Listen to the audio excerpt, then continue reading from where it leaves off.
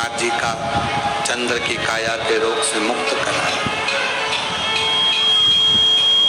कार्तिकेय जी को मनाए तो मल्लिकार्जुन के रूप में विराजमान हुए। दूषण नाम के राक्षस का संहार कर कर महाकाल बन गए। विंध्य पर्वत को दर्शन देकर ओमकारेश्वर बन गए। नर नारायण के लिए स्वयं केदारेश्वर बन गए। देखो, शिव नाम मिले, ये कथा तो आज पूरी हो जाएगी। फिर 1 तारीख से 7 तारीख तक सीहोर में अग्रवाल धर्मशाला में बड़ा बाजार में कथा होगी, पर वहां जगह नहीं है, इसलिए अपने अपने घरों में रहना। वो कथा टीवी पर भी नहीं आती है, क्योंकि गादी की कथा है, वो वहीं से होती है।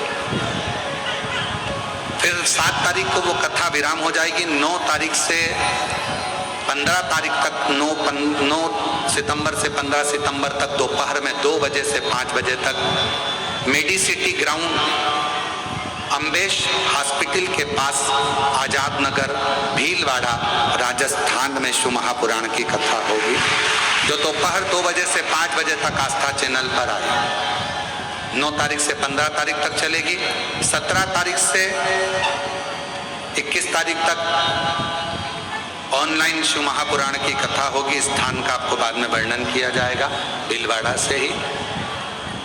और 1 सितंबर से ही 7 सितंबर तक हमारे भतीजे श्री पंडित शिवम जी मिश्रा जी की कथा जोबट अलीराजपुर के पास झाबुआ जिला में जो जोबट है, उस जोबट में कथा रहेगी, जो 1 बजे से 4 बजे तक पंडित शिवम जी मिश्रा भतीजे की कथा माँ श्रीमद् भागवत की चलेगी।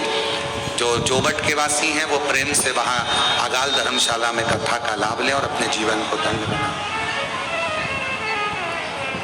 नर नारायण को दर्शन देकर भगवान श्री केदारेश्वर बन गए। कुंभकर्ण के बेटे भीम का संहार कर कर भीमा शंकर बन गए। मनु शत्रुपा के लिए काशी विश्वनाथ, गौतम बाबा के लिए त्र्यंबकनाथ बन गए। रावण को हाथ से शिवलिंग भूमि पर रखने के लिए वैद्यनाथ बन गए। दारूक नाम के राक्षस के संहार के लिए नागेश्वर बन गए। और राम जी के लिए स्वयं रामेश्वर बन गए।